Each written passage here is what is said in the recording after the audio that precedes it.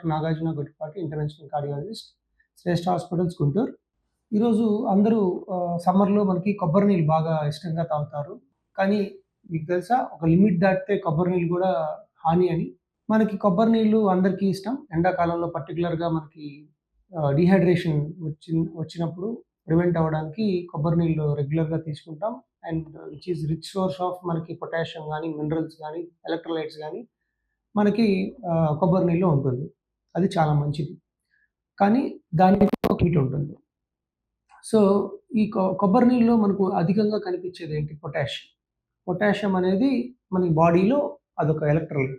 మనకి sodium, potassium అని electrolytes. కొబ్బరి నీళ్ళు మితంగా తీసుకుంటే ఇబ్బందుండదు. ఎక్కువగా తీసుకుంటే పొటాషియం పెరుగుతుంది. ఈ పొటాషియం వల్ల మన బాడీలో వచ్చే ఎఫెక్ట్స్ ఏంటనేది చూద్దాం. ఫస్ట్ హార్ట్ మీద ఎఫెక్ట్ చేయడం.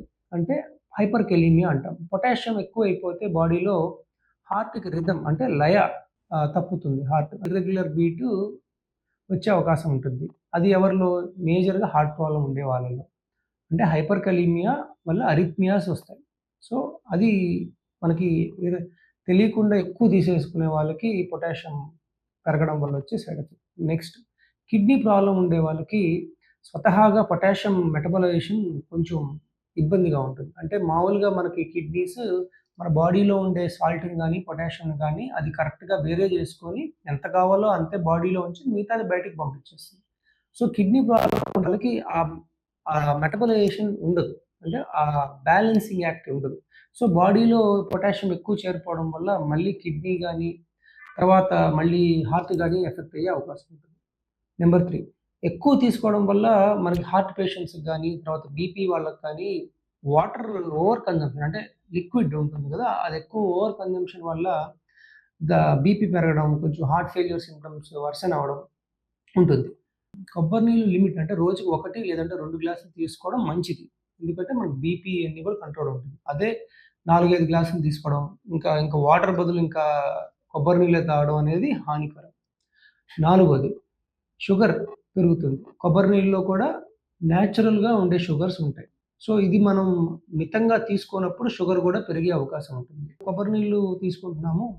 మరి తీసుకోవాల్సిన జాగ్రత్తలేంటి? మన రోజుకి 2 గ్లాసుల దాకా లిమిట్ చేసుకొని అంటే గ్లాస్ 200-250 ఎంఎల్ 2 గ్లాసుల దాకా తీసుకుంటే ఏ ఇబ్బంది ఉండదు. అదే ఒకేసారి కాకుండా ఎప్పుడన్నా మనం పొద్దున బయటికెళ్ళినప్పుడు గానీ ఒకేసారి 2, 3 గ్లాసెస్ కాకుండా మనం దాన్ని కొంచెం సెపరేటెడ్‌గా ఉంచితే మన బాడీ దాన్ని హ్యాండిల్ చేయగలదు.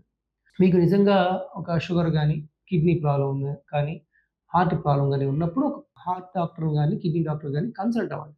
మీ బేస్‌లైన్ పొటాషియం అది చెక్ చేస్తారు. మీ బేస్‌లైన్ హార్ట్ పంపింగ్ అది చెక్ చేస్తారు. మీకు వాటర్ ఎంత తీసుకోవాలంటే ద్రవ పదార్థం మనకి కొబ్బరి నీళ్ళు అనేది కూడా ద్రవ పదార్థం. సో, ద్రవ పదార్థం ఎంత తీసుకోవాలో ఫిక్స్ చేస్తారు. దాన్ని బట్టి మీరు మీ ఇంటేక్ అనేది మీరు అడ్జస్ట్ చేసుకోగలరు. సో, ఇవన్నీ ప్రికాషన్స్ తీసుకుంటే మనకి హెల్తీగాను ఉండగలుగుతాం. మనం సైడ్ ఎఫెక్ట్ రాకుండా ఉండగలుగుతాం. ఒకటి గుర్తుపెట్టుకోండి. ఏదన్నా బియాండ్ ఎ లిమిట్ మనకి మంచిది కాదు. లిమిట్‌లో చేస్తే మనకి హెల్తీగానే ఉంటాం. మన హెల్త్ అనేది ఫైన్ బ్యాలెన్స్‌లో ఉంటుంది. ఆ బ్యాలెన్స్ మన బాడీ చూసుకుంటుంది. ఆ బ్యాలెన్స్ దాటితే బాడీ హ్యాండిల్ చేయలేదు. కాబట్టి మనం ఏదన్నా మితంగా చేస్తే హెల్తీగా ఉంటాం. Thank you.